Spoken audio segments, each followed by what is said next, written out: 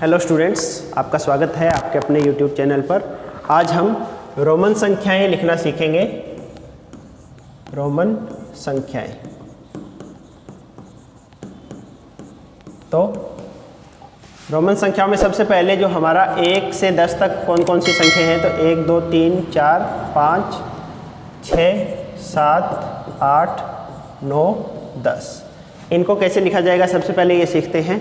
तो 1 को रोमन संख्याओं में 1 लाइन से, 2 को हम 2 लाइन से और 3 को लिखेंगे 3 लाइन से। उसके बाद में हमें सीखना है 5। तो 5 को लिखा जाता है ऐसे V, इसका मतलब हो गया 5। अब अगर 4 लिखना है तो हम क्या करेंगे, 5 से 1 कम होता है 4, तो 5 के एक इस तरफ 1 लिख दो, इसका मतलब हो जाएगा 5 से 1 कम यानी 4। इसी प्रकार 6 लिखना है तो 6 को क्या लिखेंगे, 5 में 5 और 1, तो 5 के आगे 1 लाइन कर दी तो 5 और 1 6 हो गया। 7 लिखना है तो 5 के आगे 2 लाइनें, 5 और 2 7। 8 लिखना है तो 5 के आगे 3 लाइनें, 5 और 3 8। अब 10 को कैसे लिखा जाएगा, x, इसका मतलब हो जाएगा 10। अब 9 लिखना है तो 10 में से 1 कम करना पड़ेगा, तो x से इस तरफ 1 लिख दो, तो इसका मतलब हो जाएगा 9। ऐसे ही अगर हमें 11 लिखना है तो क्या लिखोगे, 10 में 1 जोड़ना पड़ेगा। 12 लिखना है तो 10 और 2, 13 लिखना है 10 और 3, 14 लिखना है 10 और 4। अब 4 कैसे लिखा जाता है तो वो यहाँ से पता है अपने को, तो 10 और 4 14, और 15 लिखना है तो 10 और 5 15। इसी प्रकार अगर हमें 16 लिखना है, मान लो उससे आगे चलते हैं। 16 लिखना है, 16 17 18 19 20। तो 16 लिखना है तो 16 के लिए 10 और 6 चाहिए, तो 5 और 1 6, तो ये हो गया 10, ये 5 और ये 1, टोटल 16। ऐसे ही 17 लिखना है तो 10 5 और 2। 18 लिखना है 10 5 और 3। 19 लिखना है तो 19 के लिए क्या होगा, 10 और 9, और 9 को कैसे लिखा जाता है, ये 10 है और इसमें से 1 कम कर दिया तो ये 9, 10 और 9 19। और 20 लिखना है तो 10 और 10 20। ऐसे ही अगर हमें 30 लिखना होगा तो हम क्या लिखेंगे, 10 10 10। ठीक है। अब इसके बाद में 31 32 33 34 39 तक लिखना है तो वापस वही काम करेंगे हम। ये 1 2 3 4 5 6 ये इसके आगे लिखते जाएंगे। जैसे हमने 11 12 13 लिखा तो पहला अक्षर तो हमेशा हमारा 10 रहा है, पहला तो हमने 10 लिखा है x।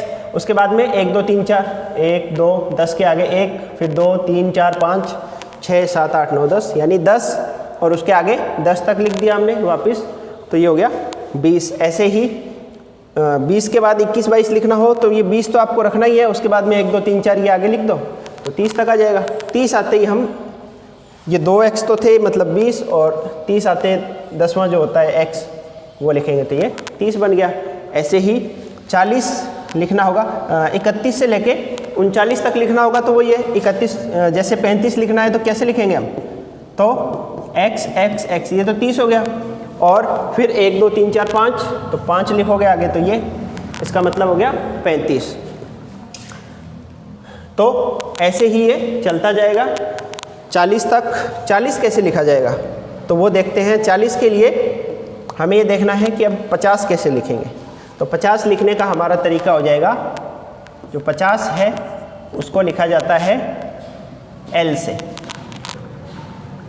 100 है उसको हम लिखते हैं C से। 500 है उसको हम लिखते हैं D से, और 1000 है,